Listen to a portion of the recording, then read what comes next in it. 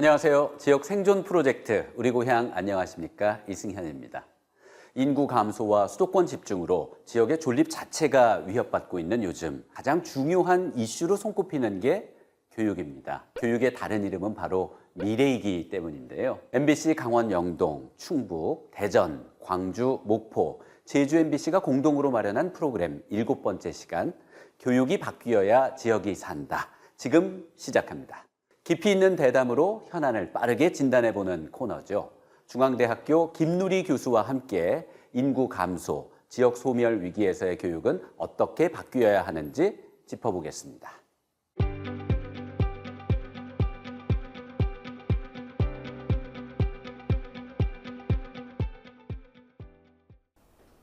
예, 안녕하세요.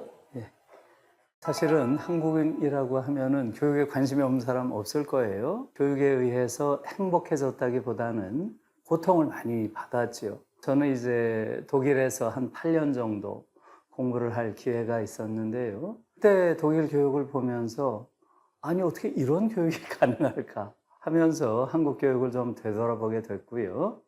그러다 보니까 제가 갖게 된 생각은 한국 교육은 이건 교육이라고 부를 수 있는 그러한 행위가 아니다. 교육이 아닌 정도를 넘어서 사실은 반교육에 가깝다. 이런 교육은 받으면 받을수록 아이들이 더 성숙한 인간이 되기보다는 더 미숙한 인간이 되고, 사실은 이런 교육을 너무 잘 받아서 전교 1등을 하는 그러한 한국의 엘리트들은 거의 예외 없이 아주 미성숙한 인간이 되겠구나 하는 것을 제가 느끼게 된 거지요. 사실 지금 우리가 보게 되는 한국의 엘리트들 한번 보세요. 이렇게 미성숙한 엘리트들이 지배하는 나라가 지구상 어디에 있습니까? 지금 의사들이 하는 행태, 판사들이 하는 행태, 검사들이 하는 행태 한번 보세요. 저는 사실은 그런 걸 보고 굉장한 분노를 느끼고 있고요. 저는 그들이 보이는 그러한 미성숙한 행태가 잘못된 교육의 결과라고 봐요. 예를 들면 공부만 조금 잘하면 모든 게 용서되는 그런 교실에서 12년 동안 교육을 받으면 어떻게 성숙한 인간이 되겠습니까? 그렇기 때문에 그런 맥락에서 보면 한국 사회의 엘리트라고 하는 집단도 한국 교육의 큰 희생자죠. 그 결과 이렇게 미성숙한 엘리트들이 된 것이죠. 예, 맞는 말이죠.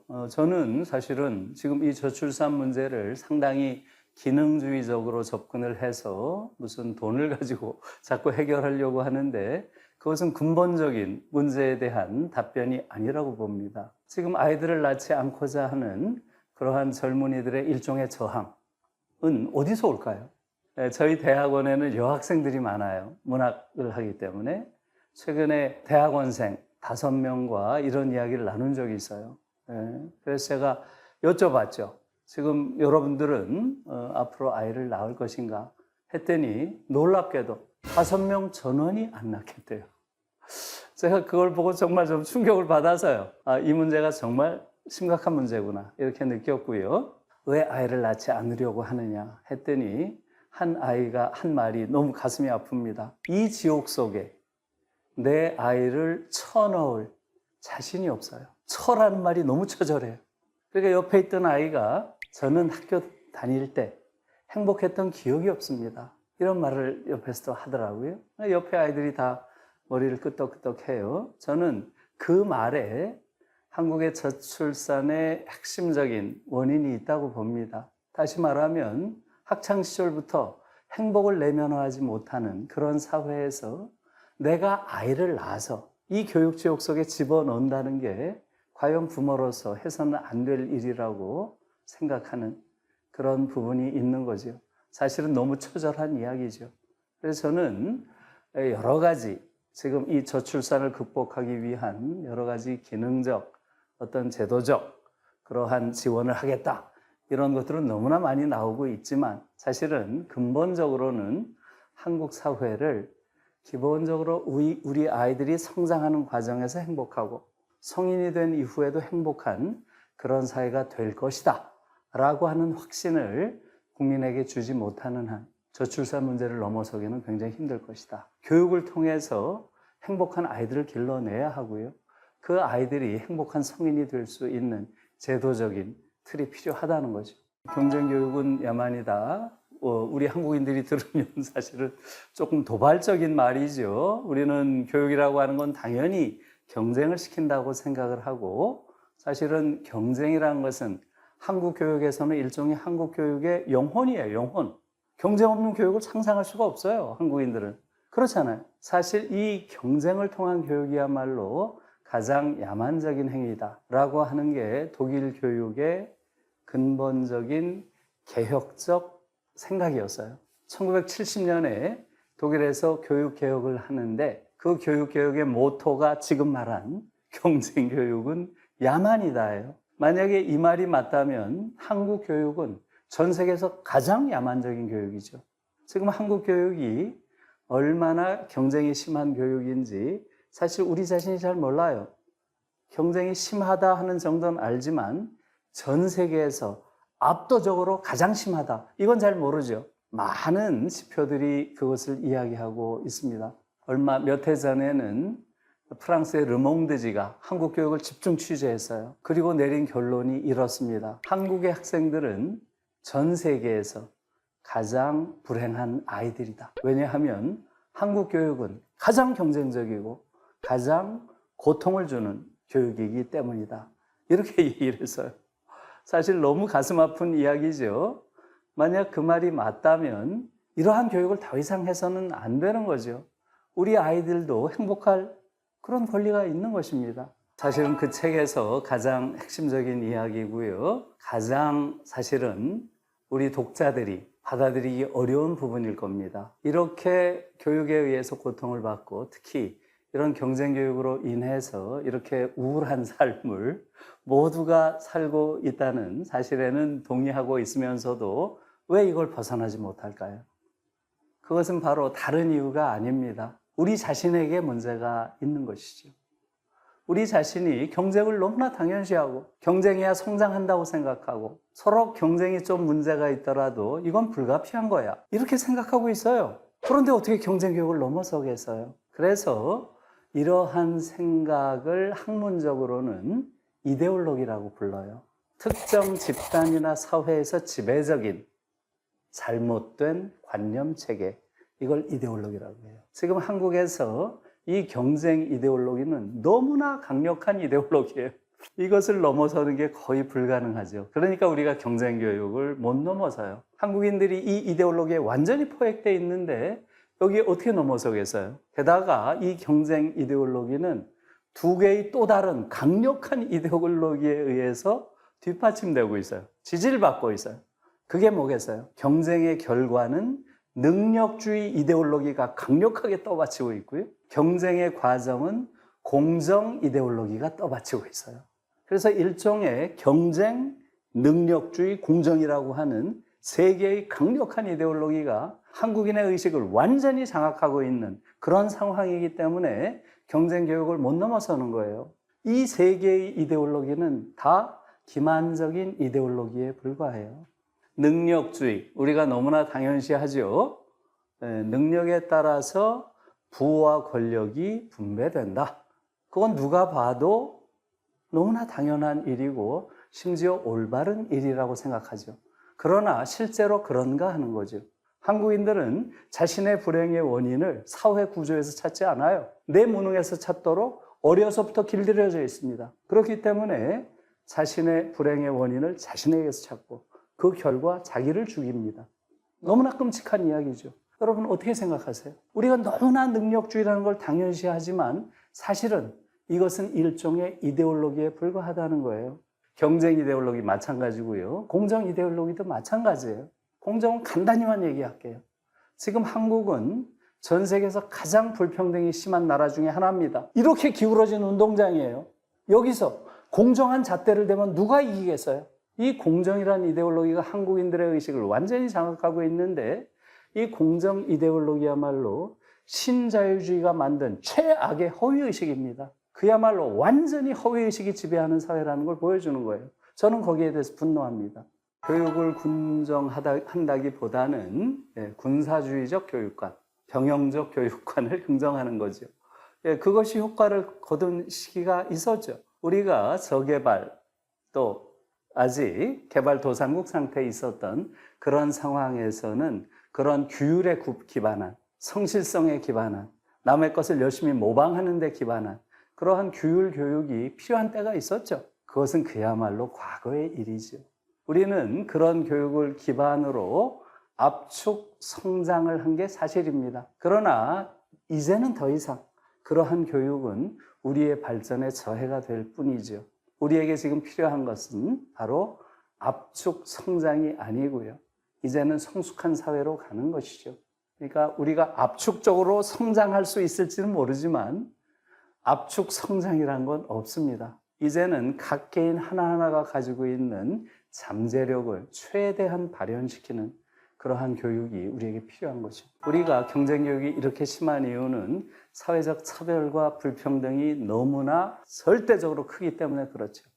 지금 한국처럼 이렇게 불평등과 차별이 사회적 관행처럼 굳어진 나라는 없습니다. 너무나 놀라운 나라예요.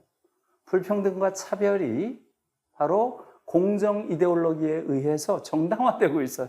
특정한 종류의 시험에 붙은 자가 모든 걸 가져가는 것을 너무나 당연시하고 거기서 실패한 자가 모든 걸 빼앗기는 걸 너무나 당연시하는 그 과정에서 불평등과 차별이 정당화되는 아주 기이한 사회에 우리가 살고 있는 거예요. 바로 거기에 그런 문제가 있는 거죠.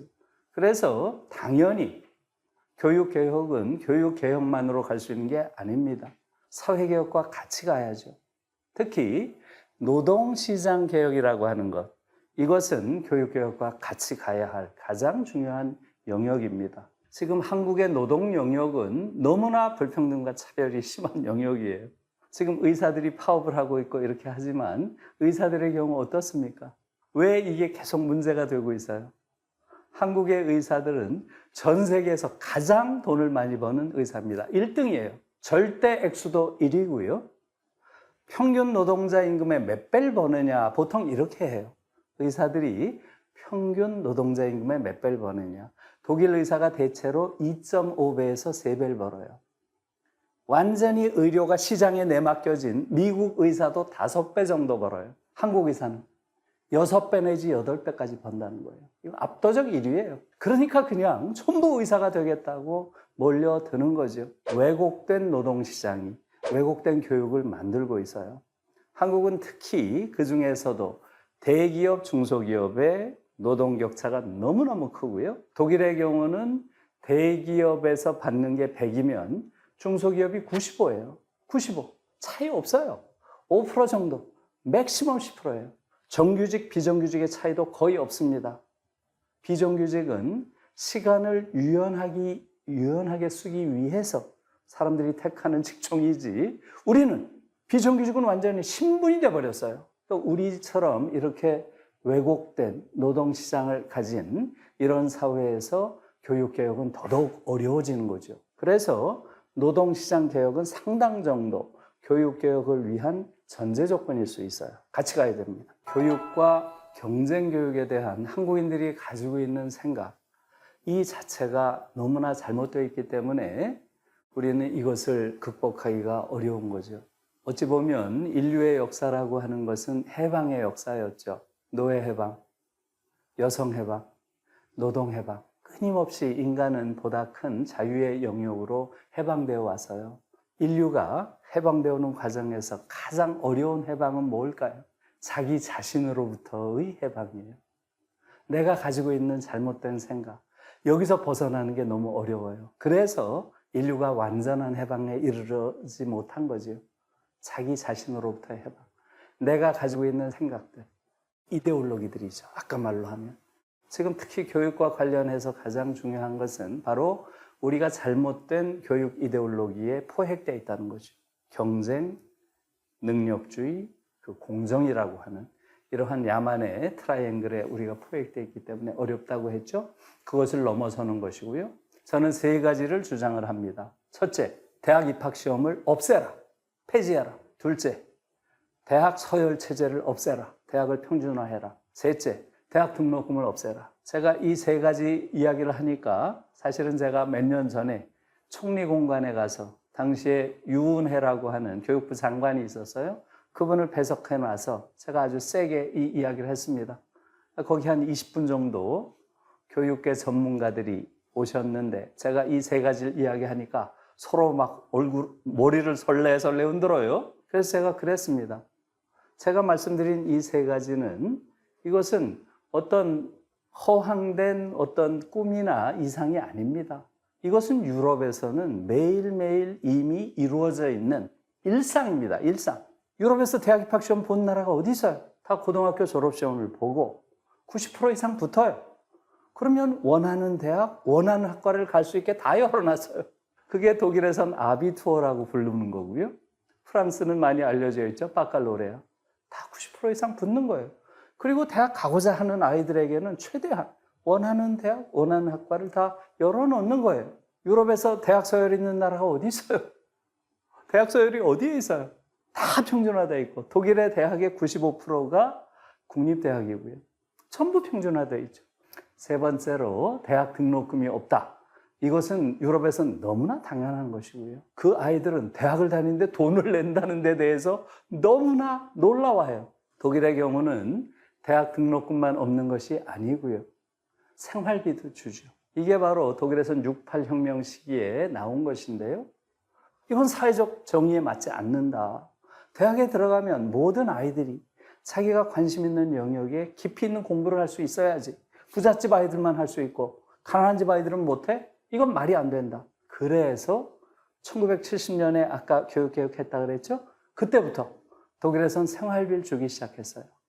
이게 바펙입니다. 제가 작년에 독일 바펙을 봤더니 매월 120만 원씩 줘요. 120만 원씩. 누구나 다 대학에 들어오면 공부하는데 전념할 수 있어야죠. 지금 우리나라 보세요. 무슨 알바 천국? 이런 걸 내세우면서 대학생들을 완전히 그런 저임금 노동에 포획하고 있어요. 어처구니 없는 일이죠. 저는 사실은 그런 부분에 대해서 너무나 잘못된 천민자본주의가 대학생들의 노동력을 저가로 착취하고 있다. 그렇게 보고 있어요. 제일 중요한 교육의 요건은 조금 전에 말씀드린 대로 더 이상 경쟁교육을 하지 않는 거죠. 경쟁교육에서 연대교육으로의 전환이 필요하다. 그 다음에 두 번째로 능력주의 교육. 능력주의, 우리는 계속 능력주의란 이름으로 소위 성취, 원리에 입각한 교육을 시키고 있는데요. 저는 그러한 능력주의보다 훨씬 중요한 것은 바로 존엄주의 교육이다. 모든 아이들이 자신의 존엄을 자각하고 타인의 존엄을 존중하는 존엄의 감수성을 갖도록 교육하는 것, 이게 가장 중요하다. 지금 한국인들에게 가장 결여되어 있는 게 존엄에 대한 감수성이에요. 자신의 존엄성에 대한 그러한 자각을 가진 사람이 너무나 적고요. 타인의 존엄을 존중할 줄 몰라요. 이게 지금 한국 사회를 이런 야만적인 사회로 만들어낸 근원적인 그러한 문제라고 생각하고요. 또 하나만 더 키워드로 말씀을 드리자면 지금까지 성장을 위한 교육을 해왔다면 이제는 성숙을 위한 교육으로 바뀌어야 돼요. 인간을 도구화하고 기능적인 관점에서만 보는 것이 아니라 인간 하나하나를 깊은 내면의 심연을 가진 성숙한 존재로 보는 그런 교육으로의 전환이 필요하다. 이렇게 말씀드리겠습니다. 네, 말씀 잘 들었습니다. 고맙습니다. 네, 고맙습니다. 지역 생존 프로젝트 우리 고향 안녕하십니까? 그 7번째 순서로 교육이 바뀌어야 지역이 산다. 본격적으로 시작해 보겠습니다. 전국대학교 기획처장협의회 회장을 맡고 계십니다. 한림대학교 홍성민 교수님 어서 오십시오. 한림대학교 기획처장이자 전국대학교 기획처장협의회 회장을 맡고 있는 홍석민입니다. 먼저 이렇게 오늘 좋은 기회를 주셔서 이 기회를 통해서 우리 지역 생존과 교육이 어떻게 연계되어 있는지 또 어떻게 같이 동반 성장할 수 있는지에 대한 중요한 주제를 함께 논의할 수 있는 기회를 주셔서 대단히 감사합니다. 한국교육개발원에서 교육 재정, 교육 자치를 연구하고 있습니다. 양희준 박사님 어서 오십시오. 네, 안녕하세요. 네, 한국교육개발원 연구위원 양희준입니다. 제 자신이 이제 지방 출신입니다. 네, 지방 출신으로서 이 지역 소멸과 교육 문제에 대해서 평소에 관심을 갖고 연구를 하고 있습니다. 네, 앞서 김누리 교수님과 함께 교육 전반에 대해서 한번 진단을 해봤는데요. 이번에는 좀 범위를 더 지역으로 좁혀서 심도 있는 이야기가 오갔으면 좋겠습니다. 홍성민 교수님께서는 이제 지역에서 우리 학생들을 가르치고 계신데요. 인구 감소와 지역 소멸의 위기, 대학 차원에서도 좀 실감을 하고 계신가요? 네, 그렇습니다. 그 인구 감소라고 하는 문제는 사실 현장에서 바로 느낄 수 있는데요. 예전에 그 20년 전에 학생들이 수강 신청하는 수만 보더라도 그 예전에는 뭐 예를 들어 100명이었다면 그 최근 들어서는 그 수가 좀 줄어들었습니다. 이런 그 대학의 그 인구 감소 혹은 지역 소멸이라고 하는 문제는 지역 대학의 존망과도 연결이 되어 있습니다. 뭐 수도권 대학은 사실 거기에서 좀 자유롭기는 하겠지만 지역에 있는 대학은 학력 인구 감소라고 하는 문제와 지역 인구 감소라고 하는 그 이중고를 지금 겪고 있는데요. 단순하게 학생들에 대한 어떤 충원의 문제를 넘어서는 상황이라고 얘기할 수 있습니다. 지역대학이 학생 모집에 이렇게 어려움을 겪는 것은 사실 어떻게 보면 우리가 볼 수 있는 그 위기의 일부일 뿐이고요. 실제적으로 지역인구 감소라고 하는 것이 거기에서 대학이 자유롭지 못하다라고 하는 뜻이 되겠습니다. 문제는 이제 해당 지역에 학생들이 머물고 싶어도 지역의 여건이랄지 이런 것들이 지역 정주할 수 있는 여건이 마련되지 않기 때문에 그런 매력적인 공간을 제공해야 함에도 불구하고 그렇게 기대에 미치지 못하는 여러 가지 일자리 문제가 있습니다. 또한 졸업 후에 그러기 때문에 이제 수도권의 이탈로도 연결이 되었는데요. 이렇게 수도권의 이탈 또 지역 인구의 감소 이런 것들이 복합적으로 나타나서 지역에 있는 그 대학들은 아주 상당히 어려움을 겪고 있는 그런 위기감이 현재 퍼지고 있는 실정입니다. 네, 전국대학교 기획처장 협의회의 그 회장직을 맡고 계셔서 전반적인 지역 대학의 어떤 상황을 말씀해 주셨다면 지금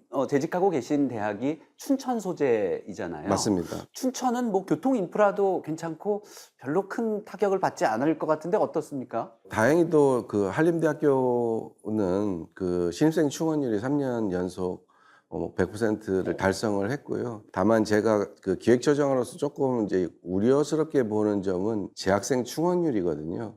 그 재학생 충원율이 한 4.6% 정도 되는데 그게 전국 평균보다는 조금 중간 이하긴 하지만 문제는 그 지수가 계속 이렇게 상승하고 있다는 것, 요것들이 좀 문제라고 보고 있고요. 뭐 좀 나중에도 말씀을 좀 드릴 기회가 있을지 모르겠지만 사실 등록금에 대한 어떤 동결이 지난 15년 동안 이루어져서 그런 여러 가지 학생 수 감소 또한 재정 위기 악화 이런 것들이 지역에 있는 대학으로서는 상당히 부담스러운 건 사실입니다. 양희준 박사님께서는 한국교육개발원에서 초중고등학교 교육 그리고 재정, 교육 재정, 자치 이런 부분을 연구하고 계시죠. 인구 감소에 뭐 대응하는 많은 연구들이 있을 것 같습니다. 앞에서 그 교수님께서 말씀하셨지만 학생 수가 굉장히 많이 줄고 있죠. 그러니까 다 아시겠지만 이제 초중고 학생 수만 보면은 한 지난 20년간 한 32% 정도, 중학생은 한 29%, 고등학생은 한 35% 정도 줄었습니다. 그러니까 2000년대 초반만 해도 초등학생이 한 400만 명 선이었거든요. 지금 이제 260만 명까지 이제 내려가고 앞으로 더 내려갈 걸로 이제 예상이 되죠. 저희가 연구를 해보면 그 지방으로 가면 그 비율이 더 커집니다. 예를 들어서 우리가 이제 도지역이라고 하는데 뭐 강원도라든가 전라북도, 전라남도, 경상북도 이런 도지역 같은 경우에는 초등학생이 거의 한 지난 20년간 한 40% 이상 이렇게 감소를 했고 중학생도 한 37% 이상 그리고 고등학생도 42% 이상 이렇게 감소했거든요. 학령 인구의 감소는 굉장히 심화되고 있다고 볼 수가 있고, 그 이제 대학에도 영향을 줍니다만 고3 학생보다 대학 입학 정원이 더 큰 상황이 지금 이미 이제 수년째 지속이 되고 있습니다. 그래서 저희 연구자들 사이에서는 일부 연구자들은 이제 소규모 학교가 이제 디폴트다, 기본이고 중규모나 대규모 학교는 좀 예외적인 걸로 봐야 되지 않느냐 이런 얘기도 조심스럽게 좀 나오고 있습니다. 네, 지난 20년 동안 30% 안팎으로 감소가 있었는데 앞으로가 더 큰 문제겠죠. 네, 인구 감소폭이 더 커진다고 그렇죠. 하니까요. 네, 지나친 경쟁에 수도권 쏠림으로 교육이 병들고 있습니다. 현장의 목소리는 어떤지 한번 들어봤습니다.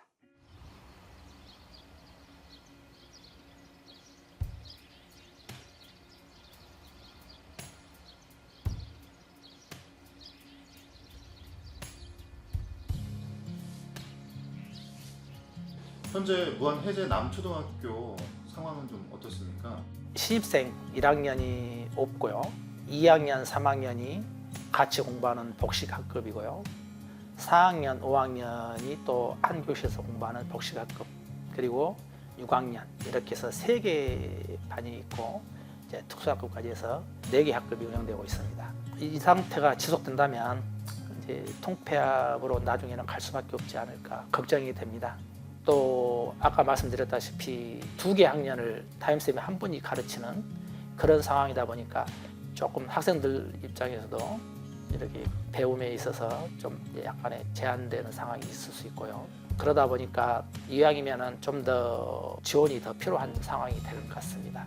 시골의 작은 학교들이 지금 갈수록 폐교 위기에 놓여 있는데요.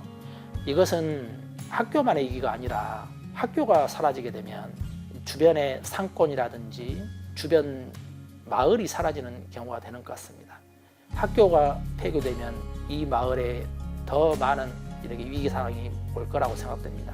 시골의 작은 학교 좋은 점이 굉장히 많습니다. 학부모님들도 또 교육청에서도 더 관심 가져주셔가지고 시골의 작은 학교들을 살리는데 좀 더 힘을 보태주셨으면 고맙겠습니다. 2024년 초당대학교 입학 수급 현황 먼저 알려주시죠. 20년 전인 2004년의 경우에 1,660명이 정원이었는데 그로부터 정확히 20년 후인 지금의 경우를 보니까 717명까지 정원이 이렇게 줄어들게 되었습니다. 거의 반토막 이상의 정원이 사실상 줄어들게 된 셈입니다. 잘 아시다시피 인구 소멸, 또 지역 소멸, 수도권 과밀화 이런 복합적인 영향 요인으로 인해서 사실 이제 지역 대학들이 굉장히 어려움에 있다라고 봐도 과언이 아닐 것입니다.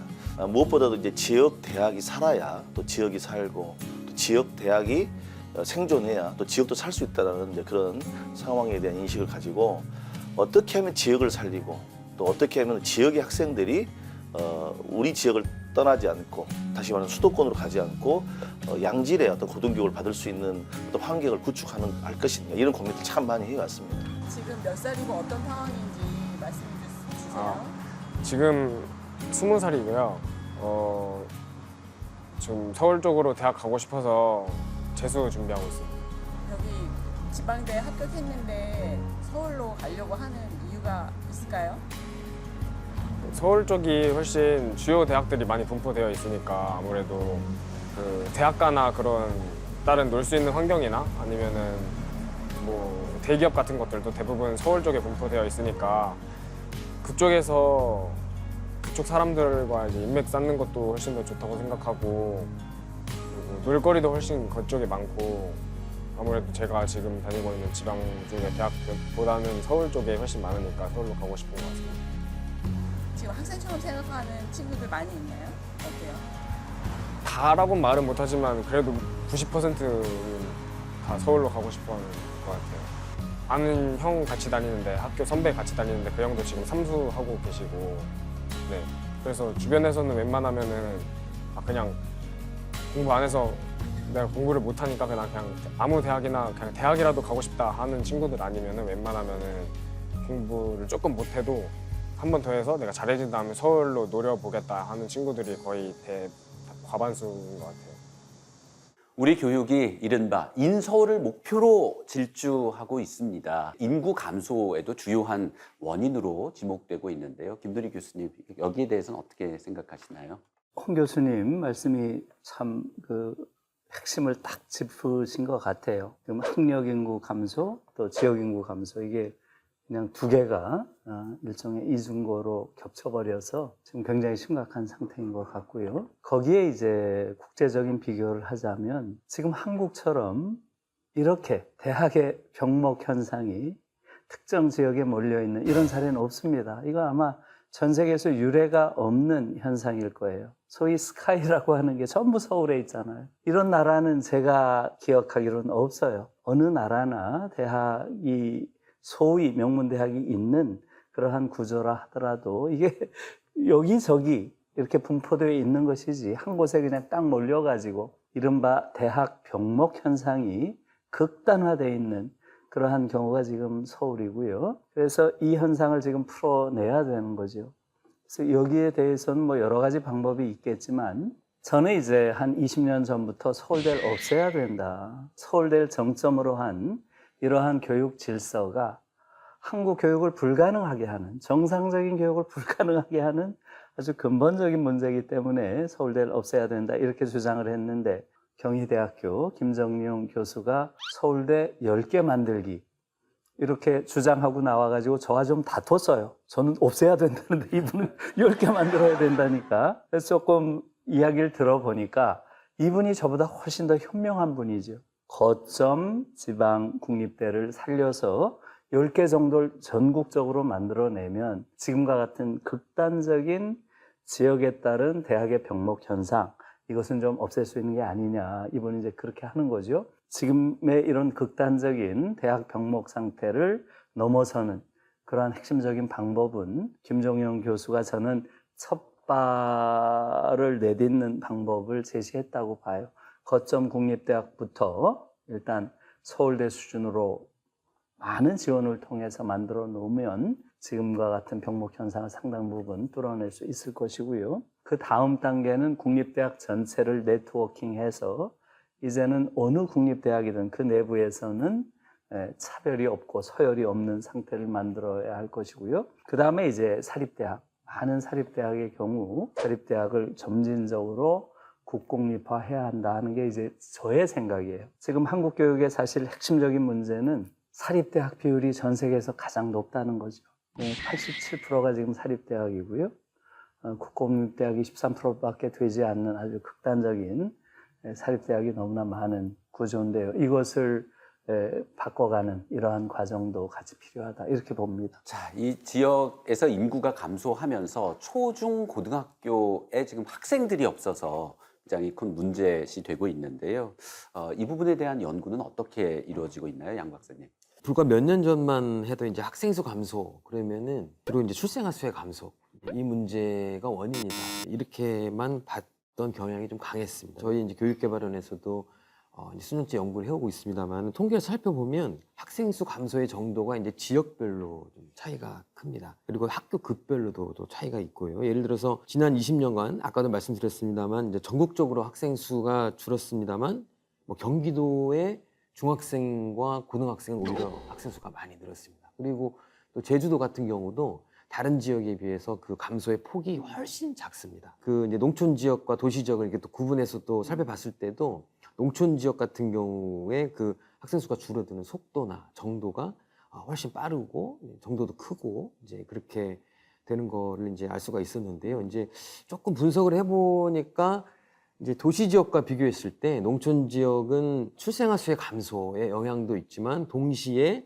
그 인구가 빠져나가는 그 인구의 유출이라고 하죠. 인구의 사회적 감소의 영향이 상당하다 이런 거를 이제 발견을 할 수가 있었고요. 그 말은 나면 제주도로 보내고 사람은 나면 서울로 보내라 뭐 이런 이제 오래된 말이 있습니다만 그런 것처럼 지난 수십 년간 우리 지역에서 이제 학생들이 이렇게 공부를 해 나가면서 이제 학교급을 올라가게 되면 중학교에서 고등학교 갈 때는 조금 더 큰 도시로 그리고 또 고등학교에서 또 대학교 갈 때는 조금 더 큰 도시로 진학하는 것이 이게 교육의 성공이다 이런 게 공식처럼 받아 이제 들여진 거죠. 그런 것들이 있어서 그런지 그런 경향이 있다는 걸 이제 알 수 있고 그래서 결론적으로는 지역 소멸이라는 게 지방의 저출생도 한 원인이라고 할 수 있겠지만 도시로의 인구 이동, 인구 유출도 상당히 큰 변수다.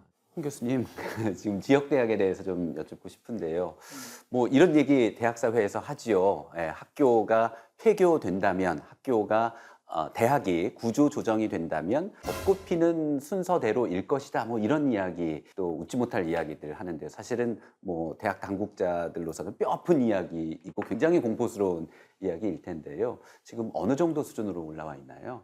아까 말씀하신 그 벚꽃 피는 대로 망한다라고 하는 게 사실 제가 제일 싫어하는 말입니다. 아까 말씀하신 것처럼 벚꽃 피는 순서대로 학교가 망하는 게 그게 이제 그 서울에서 멀리 떨어진 대학일수록 학생 충원에 대한 문제가 있고 또 그렇기 때문에 폐교될 가능성이 이제 크다는 것이라고 말씀을 이제 하십니다만 사실 이것도 거의 옛말이 되었습니다. 멀리 떨어져 있는 대학 순서대로 망하는 것이 아니라 지금은 어느 곳에 있든 서울에서부터 떨어져 있는 지역들은 벚꽃 피는 순서와 관계없이 동일하게 어려움을 겪고 있고요. 한림대학교가 지리적으로 뭐 춘천과 서울에 한 1시간 정도 여유 떨어져 있는 지리적 이점도 있기는 합니다만, 대학이라고 하는 게 이제 신입생의 구성 비율을 살펴보면 한림대학교 같은 경우는 이렇게 3분의 1은 서울, 3분의 1은 경기, 3분의 1은 강원특별자치도, 이렇게 해서 주로 신입생 구성이 되어 있습니다. 그건 뭐 어떤 학교는 조금 비율이 좀 달라질 수 있고, 또 어떤 학교는 아마 외국인 비율이 조금, 학생 비율이 좀 있을 텐데요. 문제는 이렇게 타 지역에서 오는 학생들이 많다 보니 주말에 그 캠퍼스 자체도 텅 비어 있고, 또 주의 상권이나 이런 것들도 많이 채워지지 못하는 그런 실정이기 때문에 캠퍼스 자체가 뭐 그런 주말이건 방학이건 이럴 때에 활기를 잃고 있는 게 사실인 거죠. 그런 거를 보면 졸업 후에도 이제 그 학생들이 계속 지역에 정주하고 남아서 살아갈 수 있도록 할 수 있려면 강원 지역 뭐 뿐만 아니라 다른 일반 지역에서 일자리 창출이랄지 또 이런 산업이 좀 발전을 해야 되는데, 그런 산업조차도 발전할 수 있는 기회가 그렇게 많지 않거든요. 산업이 있어도 학생들이 지역에서 이탈하여 수도권으로 가고, 그렇기 때문에 이게 어떻게 보면 악순환이라고 할 수밖에 없는데요. 이런 여러 가지 어려움이 결국은 지역의 학생을 정착시키도록 만드는 것이 굉장히 어렵다라는 것이 어려운 과제라고 말씀을 드리고 수 있고요. 이 문제는 대학뿐만 아니라 지자체, 지역에 속해 있는 산업, 뭐 연구소, 이런 여러 관련되어 있는 파티들이 모여서 진짜 심도 있게, 진짜 고민 많이 하면서 남아서 문제를 풀어야지, 그렇지 않고 이걸 단순하게 대학만의 문제 혹은 뭐 지역에 있는 그 책임지는 어떤 공무원의 문제, 이렇게로 나눠볼 수는 없을 것이라고 생각됩니다. 최근에는 서울 지역에서도 인구 감소 지역이 있어서 또 폐교되는 학교가 있다는 그런 기사도 접한 적이 있는데요. 이렇게 폐교되는 학교에 대한 대응이 이제 지역별로 좀 달리 이루어져야 되겠네요. 양희준 박사님은 이에 대한 연구를 어떻게 하고 계신가요? 그 폐교는 지금 이제 농촌 지역에서만 되는 건 아니고요. 서울 같은 경우도 이제 원도심 지역이나 이제 구도심 지역에서, 뭐 서울 같으면은 서울 중구나 종로구에 예전에는 굉장히 그 거주 인구가 많이 있었던 지역에서 이제 바깥으로 그 주택이 많이 건설되고 아파트가 많이 만들어지면서 가운데 있었던 학교들의 이제 학생 수가 굉장히 줄어들게 되는 거죠. 그래서 그 사대문 안에 중구나 종로구 쪽에 있는 뭐 사립학교도 있고 뭐 공립학교도 있습니다만, 그런 학교들도 굉장히 폐교가 많이 되어가고 있습니다. 아시겠지만 이제 폐교가 되면 일단 그 가까이 살던 학생들의 통학거리가 일단 멀어지게 되죠. 농촌 같은 경우에는 학교 통폐합을 하면서 한쪽 면에 이제 학교가 없어지게 되면 그 면에 학교가 없어진 학교 면에 살던 아이들은 그 옆에 면에 있는 초등학교로 이제 통학을 해야 되거든요. 그러니까 당장 이제 통학거리가 멀어지게 되고, 이제 그 학교로 가게 되면 일정 기간 동안에는 그 적응을 또 해야 되고, 그다음에 그 학교에 대한 어떤 소속감이라든가 내 학교다라는 그런 또 어떤 주인의식이라든가 이런 것들이 조금 다르기 때문에 그런데 좀 시간이 또 걸리기도 하고요. 근데 이제 그렇게 되면 이제 원래 학교가 있던 지역, 이제 없어진 지역에서 그 살던 학부모들은 어떤 고민을 하게 되냐면, 저쪽 옆 동네로 이사를 가야 되겠다라고 생각을 하기가 이제 쉽겠죠. 그런데 옆면으로 갈 게 아니라 아예 읍내나 인근의 도시로 이주를 하는 게 낫지 않겠느냐. 상급 학교까지 고민하는. 맞습니다. 예. 어차피 중학교나 고등학교 갈 때 이주할 거면은 지금 뭐 초등학교 하나 없어지고 옆 학교로 이제 전학 가야 되는 마당에 아예 도시 지역으로 가보자. 이런 생각을 하게 되는 거죠. 그래서 실제로 이제 학교 통폐합의 결과로 합쳐진 학교의 학생 수가 늘어나는 결과가 빚어지는 경우는 참 별로 없고, 오히려 인근의 읍내나 도시로 학생들이 빠져나가는 경우가 많습니다. 폐교 문제는 굉장히 그 심사숙고해야 되는 지역에서 지역의 활력을 고려해도 그렇고, 또 교육의 어떤 성과를 고려해도 그렇고 숙고해야 되는 문제가 아닌가 싶습니다. 김두리 교수님, 이런 폐교에 대해서 물론 방향이 바로 가고 있는 것 같습니다. 폐교를 바로 경제적으로 시키기보다는 그렇지 않고 유지하는 방향으로 연구가 되고 있는 것 같은데요. 뭐 해외 경우랄까요? 아니면 국내에서 어떤 식으로 이 폐교에 우리가 좀 대응을 해야 될까요? 사실은 제가 이 교육 문제 강연을 한다고 하면서 전국을 다 가봤어요. 그리고 아주 조그만 초미니 학교들도 저를 청해주면 다 가서 봤는데, 제가 가서 보니까 가장 많은 데가 전북이더라고요. 전북 지역이 가장 그 미니 학교들이 많았고요. 그 전북 지역에 당시에 김승환 교육감이 계셨는데 이분이 그 독일에서 공부를 하신 분이에요. 그래가지고 아무튼 폐교되는 그 학교들을 최대한 막으려고 이렇게 해서 아마 많이 지켜내신 것 같아요. 그러니까 이제 초등학교인데 뭐 학생 수가 한 뭐 20-30명밖에 되지 않는 이런 학교들이 이제 많이 있었는데 제 개인적인 인상으로는 무슨 학교가 이렇게 좋나. 유럽에 있는 엔간 학교보다 훨씬 좋다. 시설도 너무 좋고 아이들의 표정도 너무 좋고 학부모님들도 너무 행복하고 그리고 그서 밥해주는 아주머니들도 전부 아이들 이름을 알고 서로 전부 이름으로 부르고 세상에 이렇게 이상적인 학교가 다 있나 이렇게 사실 느꼈어요. 제가 받은 느낌은. 그러니까 그런 데서 자라나는 아이들은 서울에서 이런 소위 강남에서 자라는 아이들과는 완전히 다른 인류가 될 것이다. 학부모들 또한 많은 분들이 서울에서 또는 대도시에서 온 분들이 많더라고요. 아이들이 좀 행복한 그런 학교를 다닐 수 있게 하려고 이주를 했다는데 대부분이 만족이세요. 그래서 이 폐교 문제라고 하는 것도 다각도의 그런 해결책을 모색할 필요가 있고요. 오히려 새로운 교육의 가능성을 열어줄 수도 있지 않을까 말씀을 드리고 싶습니다. 네, 김누리 교수님께서는 교육을 개혁해야 된다. 혁신적으로 바꿔야 한다는 주장 하고 계신데요. 네. 사실 교육 개혁은 김 교수님뿐만이 아니라 많은 분들이 주장하고 계신데 네. 김 교수님의 방향은 어떤 건가요? 저는 지금 한국 교육은 개혁으로 되지는 않고요. 그야말로 혁명적인 변화가 필요하다고 생각하고 있습니다. 한국에 대한 여러 가지 진단들이 많이 나오고 있는데 뉴욕타임즈에서는 한국이란 나라가 지금 소멸하고 있다. 이런 아주 충격적인 칼럼도 실렸잖아요. 근데 마크 맨슨이라고 하는 미국 작가가 한국을 유튜브로 이렇게 찍었는데 그 제목이 나는 세계에서 가장 우울한 나라를 여행했다. 이런 제목으로 찍었잖아요. 근데 그걸 보니까 그 안에서 가장 저는 가슴 아프게 느껴진 부분이 absolutely cruel educational system 이런 표현을 해요. 절대적으로 잔인한 교육제도. 이게 한국이란 나라를 이렇게 우울한 나라로 만든 근원이다. 이렇게 말한 부분이 너무 가슴 아팠어요. 그래서 저는 이제 한국에서는 더 이상 이러한 교육제도를 유지할 수 없는 상황에 와 있다고 봐요. 이제는 바꿔야 됩니다. 근본적으로. 아이들이 행복하고 이 아이들이 또 성인이 돼서 행복한 사회를 만들어가는 그런 사회로 질적 변화가 필요하다. 이렇게 보고 있습니다. 이제 부모님의 인식도 이제 바뀌어야 되겠고요. 또 아이들에게 가장 많은 영향을 끼치는 교사들의 인식도 역시 이제 서열, 경쟁 이 부분에 대해서는 좀 달리 생각하는 그런 인식 전환이 좀 필요할 것 같습니다. 농촌 지역의 교육은 도심 지역의 교육과는 또 달라져야 한다는 이런 주장 양희준 박사님께서 하고 계시던데요. 이 내용은 어떤 건가요? 이미 학교와 교육청에서는 굉장히 많은 노력들을 하고 있습니다. 예를 들어서 학생이 좀 많은 학교구가 있고 적은 학교구가 있다면 학생이 많은 학교구에서는 그 학생이 적은 학교로 이렇게 학교를 이동할 수 있게끔, 그러니까 초등학생들도 통학을 할 수 있게끔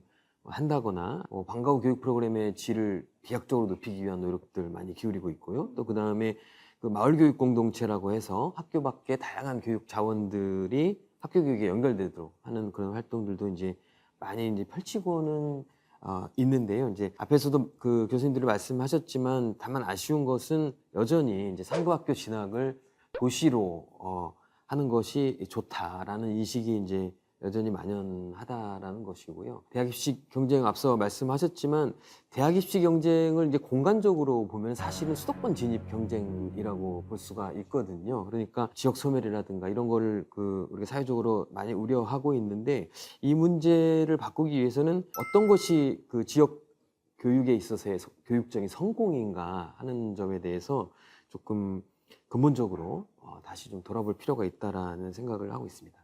인구 감소의 그 속도가 점점 빨라지고 있고 2030년 되면 뚝 떨어질 거라는 이런 전망들이 있던데요. 여기에 대해서 대학들은 학령 인구 감소에 대해서 좀 더 적극적으로 대응을 하고 있죠.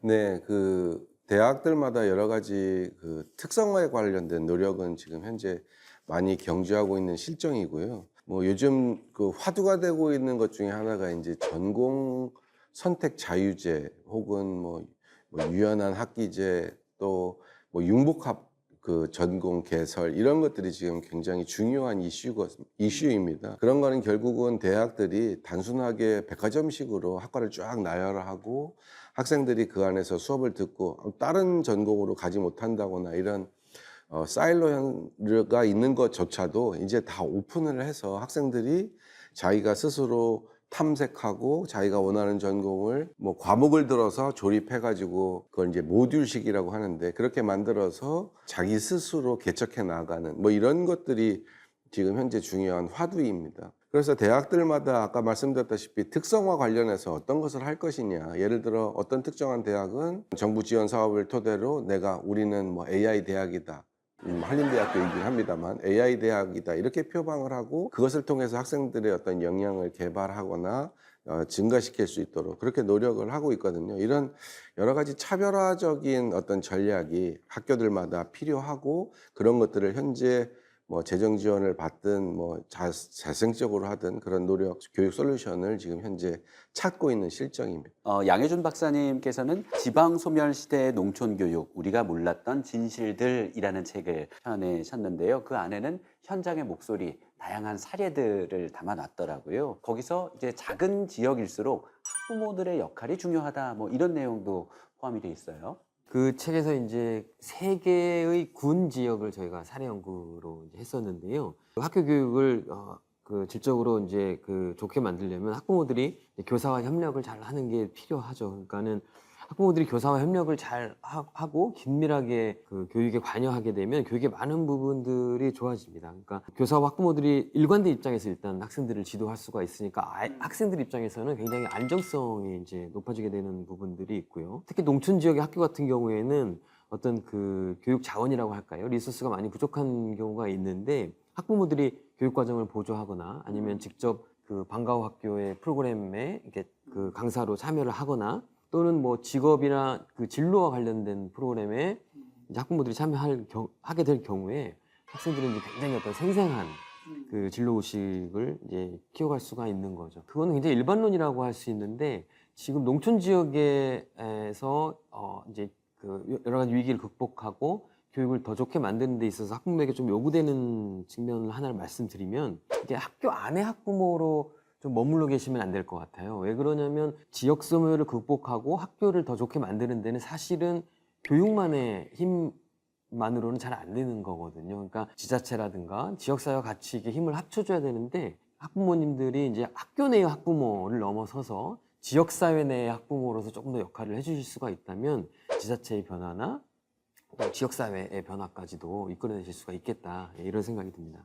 딴지를 거는 건 아니고요. 이제 맞벌이 가정의 경우 학교 교육에까지 부모님이 개입을 하고 마을 단위에도 이제 역할을 하라는 말씀이, 그래서 정말 부모 되기가 힘들구나, 그리고 자녀 기르기가 힘들구나, 뭐 이런 내용들 굉장히 무겁게 다가옵니다. 네. 아이가 지금 저는 편하게 잘 길렀다는 생각도 듭니다. 이제 초등학교의 경우에 이제 부모님들의 역할이 많이 필요하다는 말씀이죠. 근데 이제 지역사회가 이렇게 발전해 가는 거는 그 장기적으로 보면 이제 아이에게도 좋고요. 또 그 지역에 살고 계시는 학부모님들에게도 좋은 일이니까요. 조금 더 힘을 내주고 노력해 주시면 좋겠다, 이런 말씀 드립니다. 네, 이렇게 작고 강한 학교가 있어서 저희가 현장에 한번 다녀왔거든요. 목소리 한번 들어보시죠.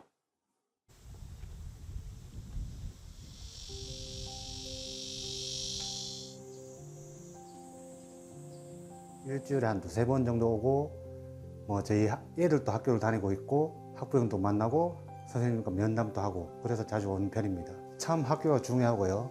여러분하고 동네 주민, 학생, 학부모, 학교 선생님들께서 함께 참여를 하고 그래가지고 이때까지 온 것 같습니다. 우리 아이들이 좀 자긍심을 가지고 다닐 수 있고 또 우리 교직원도 오고 싶은 학교, 이런 학교를 만들기 위해서 교육 환경 개선을 위해서 많은 노력을 기울였습니다.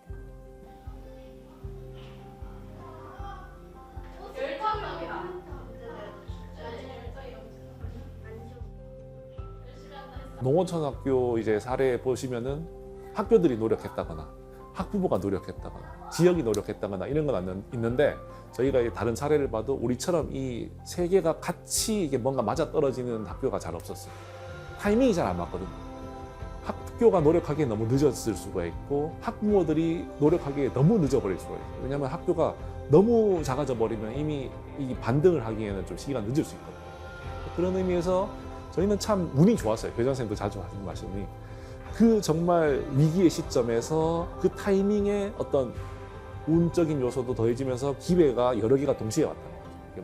선생님, 뭐 지역의 학교, 뭐 유치원 모든 것들이. 그래서 저희는 교육 공동체라고, 우리는 요즘에 교육가족이라고 하지만 그 교육가족 간에 협력이 아주 잘 된다. 도시 살다가 귀농을 했는데 여기 와보니까 막상 유치원 때나 저학년 때는 잘 모르겠던데 학원의 필요성이 좀 느껴지더라고요. 특히 뭐 어릴 때는 예체능을 같이 해주면 너무 좋으니까. 그러고 있던 찰나에 학원은 너무 멀고 다 제가 픽업을 해야 되는 상황이고, 그런데 마침 또 학교에서 이렇게 강사 공문도 있는 터였고, 저도 전공자로서 우리 애들만큼은 또 이렇게 예체능을 가르쳐 주고 싶다는 생각이 들어서 이렇게 지원하게 됐고, 학교에 서로 도움이 되지 않을까 싶어서 강사 활동을 하게 되었습니다. 저희 학교는 일단 방과후 과목이 너무 다양해서 좋고요. 실제 도시는 무슨 수업을 하나 하려고 해도 굉장한 재료비부터 시작한 그런 부담이 되게 큰데, 여기는 실제 엄마들이 저학년 때는 이걸 전공하고 싶다고 쉽게 시작할 수가 없거든요. 여러 가지 체험을 해봄으로써 요거에 소질이 있구나, 이런 소질을 찾기가 너무 좋은 것 같아요. 학교에서 이렇게 기본을 받쳐주시니까.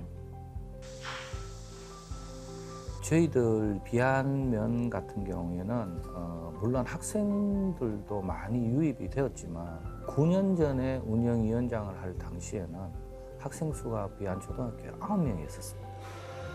지금 현재는 한 40명이 넘는 걸로 제가 알고 있는데, 그 9명의 학생을 데리고 학교가 계속 존폐 위기가 되었었어요. 그래서 제가 가감히 지역위원 하면서 운영위원장을 맡아가지고 그때 그 당시에 유치원을 만들게 되었습니다.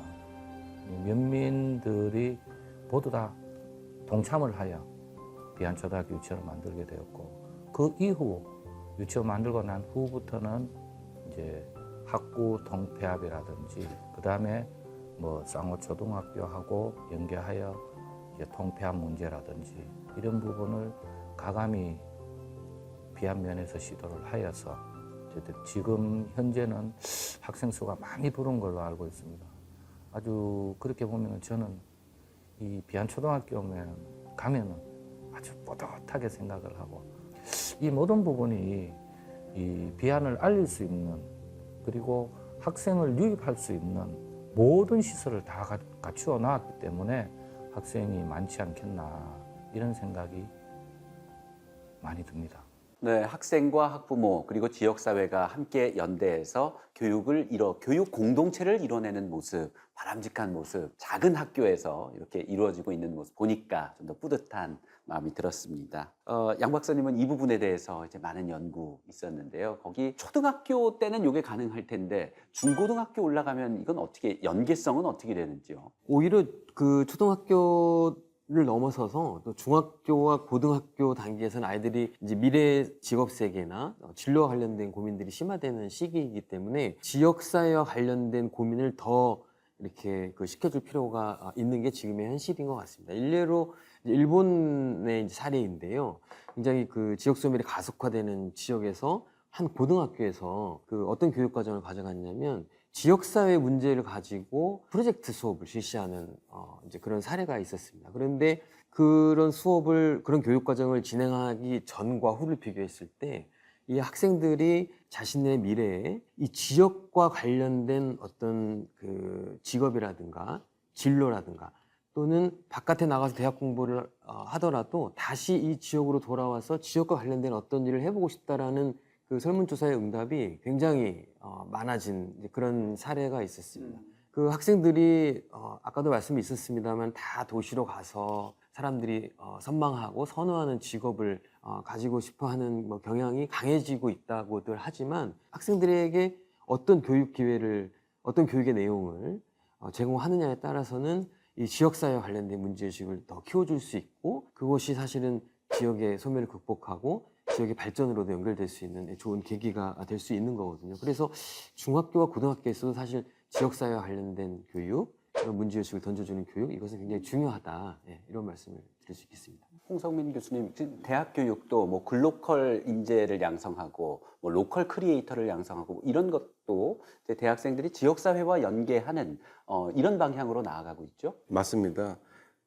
지금 대학 정책에서의 변화가 있다고 한다면 그것은 라이즈라고 하는 이제 체계입니다. 그래서 2025년도 이후부터는 지역의 경쟁력을 갖추고 지역 중심의 허브로서 라이즈 체계를 도입하고 정부가 지원하는 예산의 한 절반 정도를 지역에다 할당해서 지역이 이제 상생할 수 있도록 그렇게 만들어주는 것이 이제 라이즈 체계거든요. 서울에 있는 지역도 마찬가지로 다 참여를 해야 될 것 같은데요. 지금 이런 것들이 중요한 게 결국은 지역이 그동안은 중앙정부에서 정책을 만들고 단순하게 그냥 따라가는 그런 형태가 아니라 지역에서 독자적으로 평가도 하고 지역의 가치에 할 수 있는 기업도 찾아내서 발굴하고 기업이 가지고 있는 애로 문제도 발견해서 그걸 같이 풀 수 있도록 그 역할의 중심에 서는 것이 지자체가 돼야 된다라고 하는 것이 이제 라이즈 체계에 대한 기본 배경인데요. 그렇게 따져보면 지자체가 이제 더 이상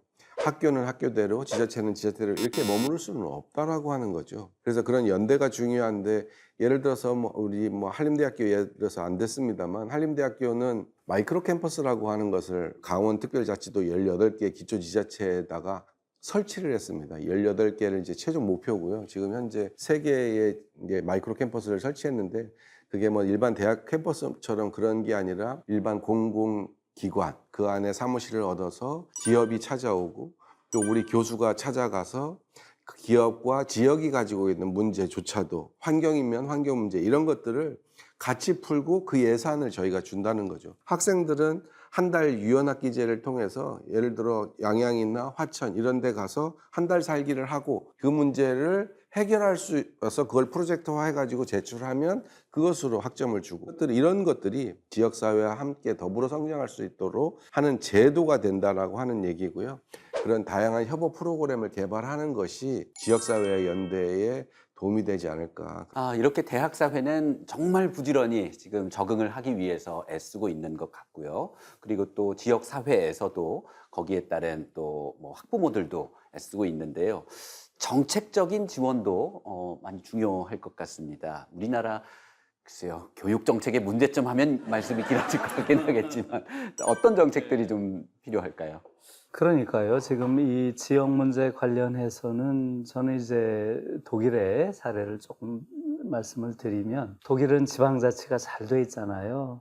그렇게 해서 실제로 어느 지역에서 태어난 학생은 거기서 초중고 다 나오고 거기서 대학까지 나오고 직장도 거기서 다니고 이런 사람들이 굉장히 많아요. 전국이 골고루 발전했기 때문에 그게 가능하겠죠. 그리고 지역마다 있는 대학들이라고 하는 게 다 평준화되어 있고요. 예를 들면 함부르크다 하면은 함부르크에서 나와가지고 함부르크 대학 나오고 함부르크에 있는 회사를 다니고 이러고 그냥 거기서 사는 거예요. 이런 사람들이 굉장히 많거든요. 그것은 결국은 지역 분권이 잘 돼 있고 또 각 지역에 있는 대학들이 다 평준화되어 있어서 그런 수준을 유지하고 있고 우리가 그런 형식으로 빨리 바꾸긴 어렵겠죠. 지금 우리는 또 우리의 역사 속에 있기 때문에 그러나 그런 방향으로 가야 되는 건 분명한 거죠. 그래서 정책적으로 보면 아까 말씀드린 서울대 10개 만들기 저는 이제 그게 출발로서는 상당히 의미가 있다고 봐요. 왜냐하면 지금 너무나 극단적인 병목 현상, 서울에 모든 게 몰려있는 이걸 깨는 첫 번째 조치로서 각 지역에 있는 거점 국립대학이 다 서울대 수준의 지원을 해서 거기서 굳이 서울에 오지 않아도 되는 이런 방식으로 되는 것이고요. 그 다음에 이제 국립대학들을 다 넘버링해서 자유롭게 옮겨다닐 수 있게 해야죠. 지금 독일의 경우도 대학들을 얼마든지 자유롭게 옮겨 다닐 수 있어요. 내가 프랑크푸르트 대학을 다니다가 아이고 다음 학기부터는 베를린 대학 가서 공부를 해야죠. 이러면 옮겨 다니면 돼요. 모든 대학이 다 국립대학이니까 그게 가능한 거죠. 우리도 결국은 궁극적으로는 대학들을 다 국립대학은 전부 그런 넘버링을 해서 얼마든지 그 안에서는 옮겨 다닐 수 있게 하고요. 그 다음에 이제 우리 사립대학들의 경우는 공공성을 높여가지고 사립대학을 좋은 대학으로 또 특성화시켜서 가야 된다는 거죠. 그래서 제 말씀의 핵심은 고등교육에 대한 국가의 책무성을 높여야 돼요. 고등교육에 대해서 이렇게 무책임한 정부를 가진 나라는 없어요. 단언컨대.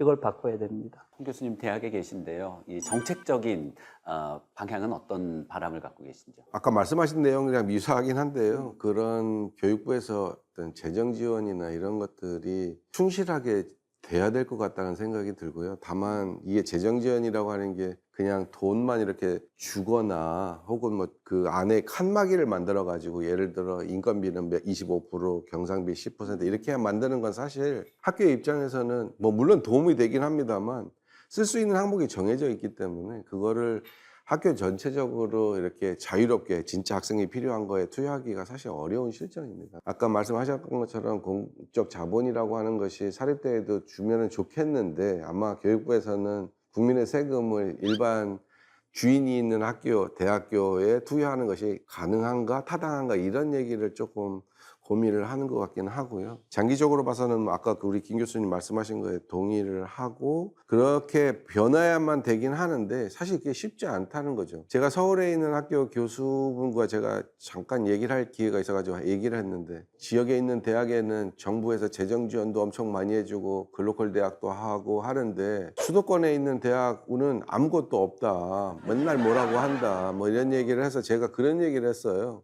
그러면 교수님 저랑 캠퍼스 바꾸실까요?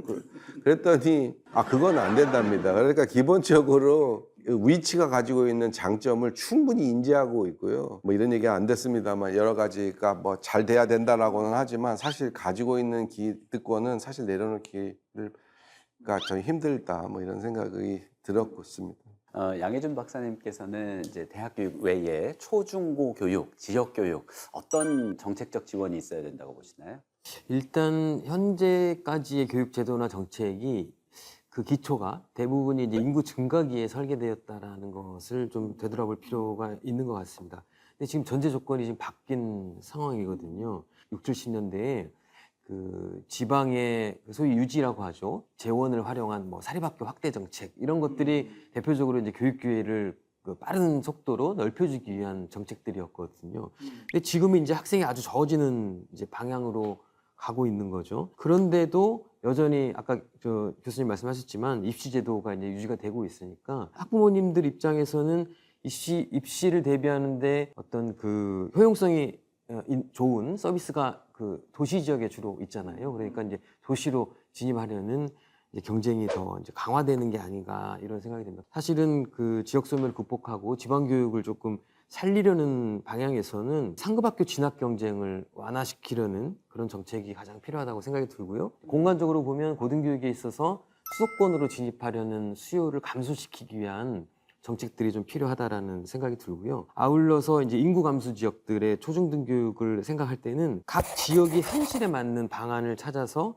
실천할 수 있도록 그런 조건을 좀 갖춰주는 게 필요하다. 재정적인 지원은 물론이고 행정적인 면에서도 조금 더 자율성을 가지고 움직일 수 있도록 규제를 조금 풀어준다든가 이런 것도 필요하고 또 인력적인 측면에 있어서도 그 교직원분들이 좀 더 정주성을 갖고 지역에 애정을 갖고 그 주인의식을 갖고 활동할 수 있도록 뭐 지역교사제 같은 것들 그런 것들도 전향적으로 고려해 볼 필요가 있다는 생각이 듭니다. 이제 지역 교육이 바뀌어야 지역이 산다라는 주제를 가지고 교육에 대한 거대 담론부터 작은 학교 이야기까지 말씀 나눠봤습니다. 이제 끝으로 각자 말씀들을 정리해 주신다면요. 지금 교육이 과거에는 우리에게 희망이었잖아요. 교육을 통해서 희망을 막 이렇게 넓혀가는 게 과거의 우리 삶이었다면 지금은 교육을 통해서 사람들이 더 불행감을 느끼는 그러한 시대가 된 것 같습니다. 이제 교육을 근본적으로 바꿔서 우리 교육이 과거처럼 희망의 어떤 발판이 되도록 하는 그런 변화가 필요하다 이렇게 생각합니다. 예. 네, 홍 교수님. 이런 좋은 기회를 주셔서 감사하고요. 이런 기회를 통해서 교육에 대한 근본적인 문제에 대한 생각을 할 수 있어서 굉장히 뜻깊은 시간이었다 이런 생각이 듭니다. 지금 현재 초등부뿐만 아니라 그 대학은 발전하고 또 생존하기 위해서 다양한 여러 가지 것들을 하고 있고 또 혁신을 하려고 하고 있습니다. 물론 뭐 대학마다 정도는 다르겠지만요. 그래서 그런 대학들이 이제는 더 이상 사회와 별개로, 지역사회와 별개로 이렇게 할 수 있는 거는 이제 그때는 지났다고 보고요. 동반 성장할 수 있는 노력을 계속 해야 될 것이라고 저는 생각합니다. 네, 양 박사님 정리해 주시죠. 그 지역 소멸을 극복하는 문제나 또는 지역의 인구 감소 문제를 극복하는 거고 참 풀기 어려운 문제인데요. 이 문제를 교육만으로 풀 수 없는 거는 분명한 것 같습니다. 그런데 교육의 변화 없이는 또 이 문제를 풀 수 없다. 저는 이 점을 좀 우리가 깊이 생각해 봐야 되지 않는가, 이런 생각이 들었습니다. 네, 반가운 편지가 도착했습니다. 행복 로컬을 이야기하는 분이시죠. 서울시립대학교 정석 교수님의 정쌤의 로컬에서 온 편지 함께 들어보시죠.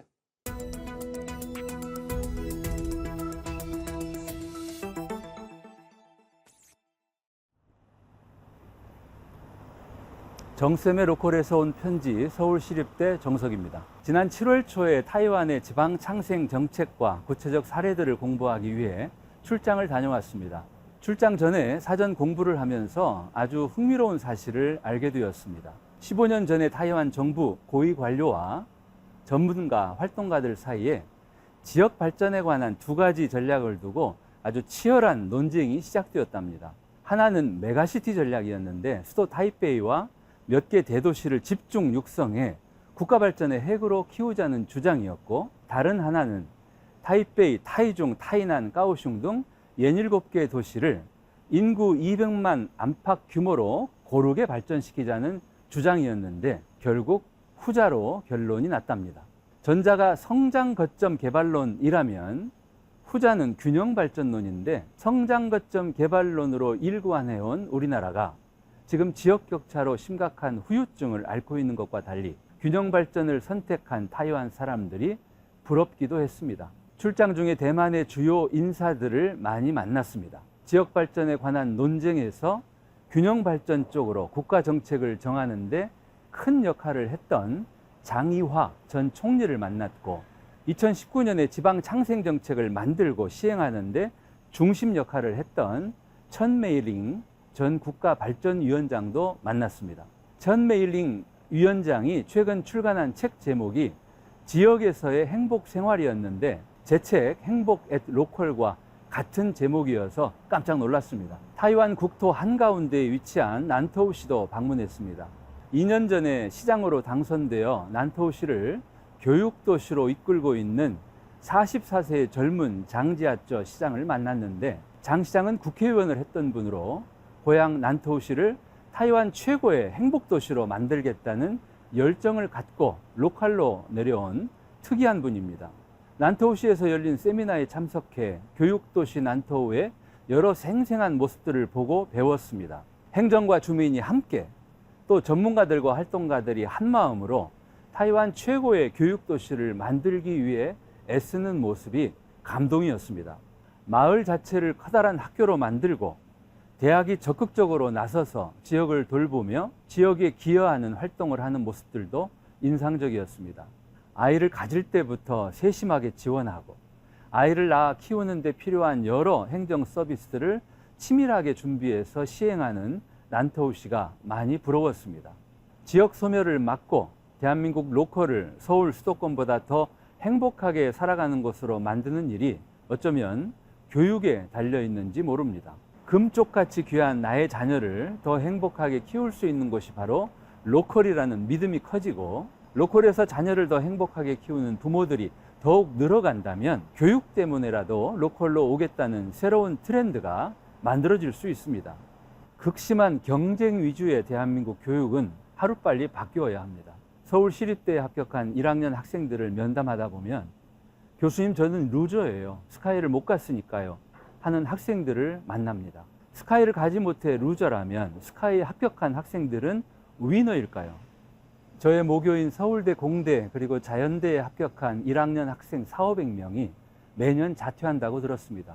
의대를 가기 위해서랍니다. 서울 강남의 어느 산후조리원은 2주 지내는 비용이 2,500만 원이랍니다. 비싼 비용도 문제지만 갓 태어난 아이를 의대로 보내려는 부모 커뮤니티가 이곳 산후조리원에서 만들어진다고 들었습니다. 대한민국이 얼마나 아픈 나라인지, 대한민국의 교육이 얼마나 무너졌는지를 잘 보여주는 예가 아닐까요? 폐교도 큰 문제인데 지혜롭게 대응한 경우도 있습니다. 학생 수가 줄어 폐교 위기를 맞았을 때 마을 주민들이 함께 노력해 주택을 마련하고 외지의 학생과 부모를 초대하여 폐교를 막아낸 제주 애월분교는 학생 수가 점점 늘어 몇 년 뒤 분교에서 초등학교로 승격했습니다. 경남 함양군과 전남 해남군도 주택과 일자리를 제공하면서 학부모와 학생을 초대하여 학교를 지속시킨 모범 사례들입니다. 시골 지역뿐만 아니라 대도시의 원도심과 입주 3, 40년을 맞는 신도시에서도 폐교가 늘고 있습니다. 폐교 정책은 이제 바꿔야 합니다. 학생 수가 적다는 이유로 학교 문을 닫으면 학생과 학부모를 내쫓는 결과를 초래합니다. 단 한 명이라도 학생이 있는 한 학교를 유지하고 학생이 더는 없을 때에는 폐교가 아니라 휴교를 한 뒤 학생이 다시 오면 개교하는 쪽으로 정책이 바뀌길 바랍니다. 정쌤의 로컬에서 온 7번째 편지였습니다. 네, 아이들이 없어진 학교, 청년들이 꿈을 꾸지 못하는 학교는 미래가 없을 겁니다. 우리 교육을 더 개선하기 위해서 교수님께서는 혁신, 개혁해야 된다고 말씀하셨는데요. 크게 바꾸기 위해서 우리 모두가 마음을 모아야 할 때라고 생각이 들었습니다. 네, 6개의 지역 MBC가 함께 만든 지역 생존 프로젝트 우리 고향 안녕하십니까? 그 7번째 시간은 교육에 대한 이야기였습니다. 다음 시간에는요, 지역의 의료 체계, 선택이 아닌 필수다라는 주제로 찾아뵙겠습니다. 함께 해주신 여러분 고맙습니다.